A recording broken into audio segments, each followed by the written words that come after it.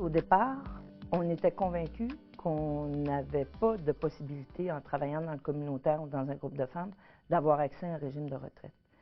Mais on s'est posé la question à quoi on aurait droit après avoir travaillé toute une vie dans le secteur communautaire et dans les groupes de femmes. Et on a constaté qu'avec la pension de vieillesse du Canada, le régime des rentes du Québec et même le supplément de revenu garanti, on se ramassait sous le seuil de pauvreté. Donc, on arrive à la conclusion, a-t-on les moyens de ne pas avoir un régime de retraite?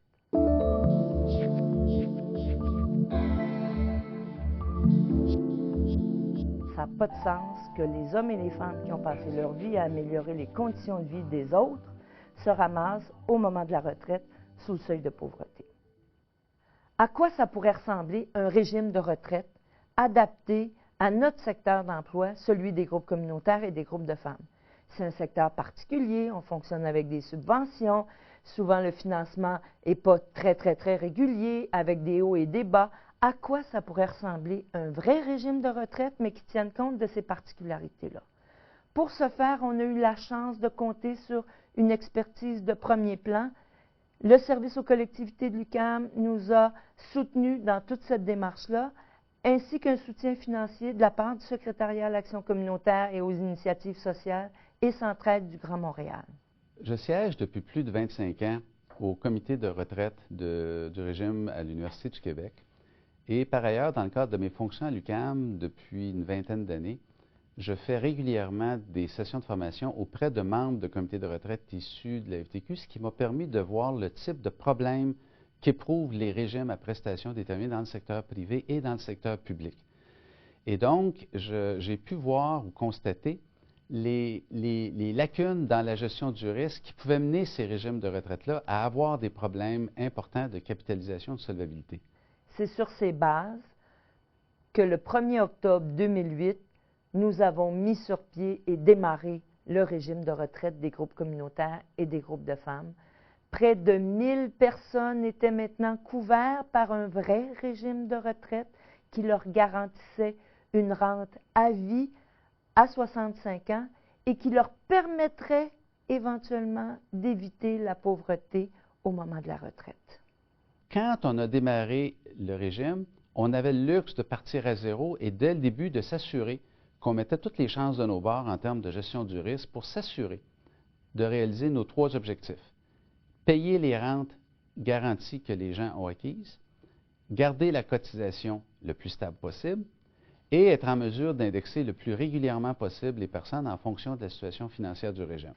Dans nos préoccupations, il y avait aussi la capacité de payer des employeurs.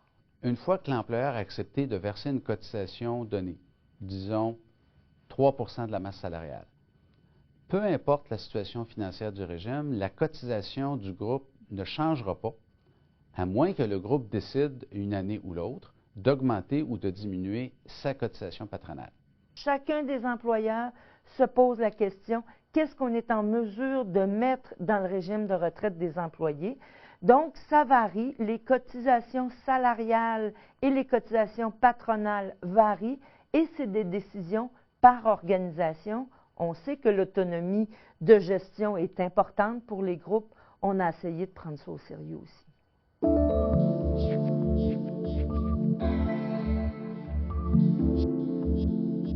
On se fait souvent poser la question, pourquoi un régime de retraite à prestations déterminées quand je cotise déjà un REER?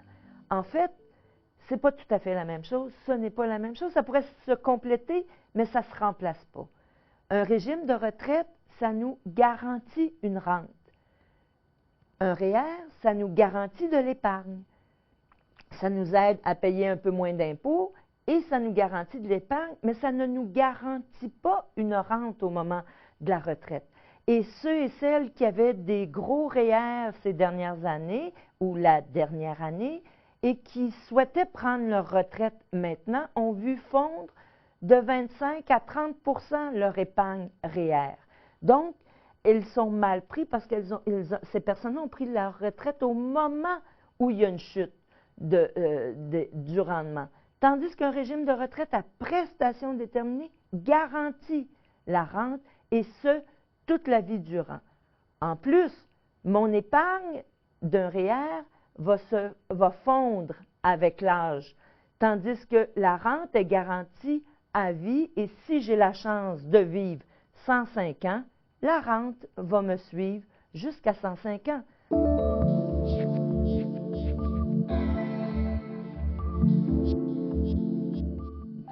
Pour chaque 100 $ de cotisation versée, le régime crédite une rente de 10 $. Alors, si par exemple j'ai cotisé 1 000 $, le régime me garantit une rente de 100 $ de l'âge de 65 ans jusqu'à l'âge de mon décès. En ce sens-là, peu importe le rendement du régime, peu importe la situation financière du régime, le régime doit me verser cette rente-là. Pour faire en sorte que le régime évite d'être en déficit, le régime nous oblige à ce que dans le 100 $ qu'on verse, on prévoit déjà le coût de l'indexation, entre aujourd'hui, pendant que je suis actif, jusqu'à la date de mon décès. Toute cette indexation-là sert à constituer une réserve. La réserve, quand ça va mal, c'est elle qui absorbe les coûts pour ne pas qu'on soit en déficit. Mais quand ça va bien et qu'on veut utiliser les surplus, la première utilisation, c'est de verser l'indexation promise à ceux qui l'ont acquis. Et donc, en ce sens-là, on peut s'attendre à ce que, de temps à autre, l'indexation soit accordée selon la situation financière du régime.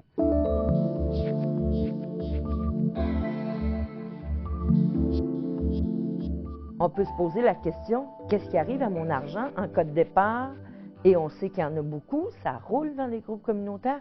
Ou en cas de décès, qu'est-ce qui arrive à mon argent? C'est un régime interentreprise. En d'autres mots, les 200 groupes, ou un jour les 300 ou les 1000 groupes qui vont participer au régime. Une personne qui, par exemple, va d'un groupe local à un groupe régional, à un groupe national, va continuer à participer au régime. Il va accumuler ses droits dans les différents emplois et à sa retraite, va recevoir une rente qui va refléter le total des cotisations qu'il aura versées au régime pendant toute sa carrière.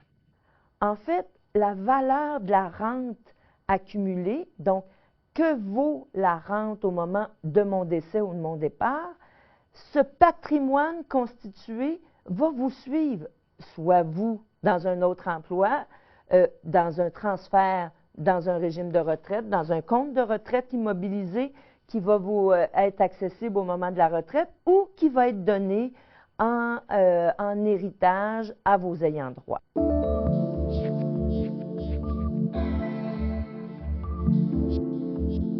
Les experts disent que si on veut être capable de maintenir, une fois la retraite, le niveau de vie qu'on avait avant la retraite, il faut viser à avoir en revenu de retraite à peu près 70 à 75 % du salaire qu'on gagnait avant de partir à la retraite. Les revenus de retraite, c'est les régimes publics, c'est la pension de sécurité de vieillesse, c'est le régime des rentes du Québec et c'est aussi la rente du régime de retraite. On s'est dit, pour être un peu réaliste, qu'un certain nombre de groupes pourraient avoir un taux de cotisation peut-être trop faible pour permettre à lui seul d'atteindre cet objectif-là. Et par ailleurs, on sait que certaines personnes adhèrent au régime alors qu'elles sont déjà à la fin de la quarantaine ou dans la cinquantaine, donc en se disant peut-être moi je ne réussirai pas à avoir un revenu à retraite suffisant, je commence trop tard. Alors pour toutes ces personnes-là, le régime a prévu la possibilité de cotisation additionnelle que la personne peut soit verser à chaque paye en plus de la cotisation régulière et qui donne droit à une déduction d'impôt. La personne peut aussi transférer de ses REER ou d'un autre régime de retraite vers notre régime de retraite ou peut, lors de son départ à la retraite, transférer les montants qu'elle a cotisés au Fonds de solidarité de la FTQ ou à Fonds d'action CSN, les transférer dans la caisse de retraite et l'ensemble des montants qui auront été accumulés lors du départ à la retraite sont convertis par le régime dans une rente additionnelle qui, elle aussi, est garantie, elle aussi donne droit au mécanisme conditionnel d'indexation et permet à la personne, en s'ajoutant à ses autres revenus, de se rapprocher ou d'atteindre l'objectif de 70 à 75 %, qui est celui qui serait souhaitable si la personne veut à la retraite disposer du même standard de vie qu'elle avait avant de partir à la retraite. Et donc, dans ce cas-ci, le régime, on a essayé de concilier l'individuel et le collectif en permettant que l'un et l'autre se renforcent mutuellement.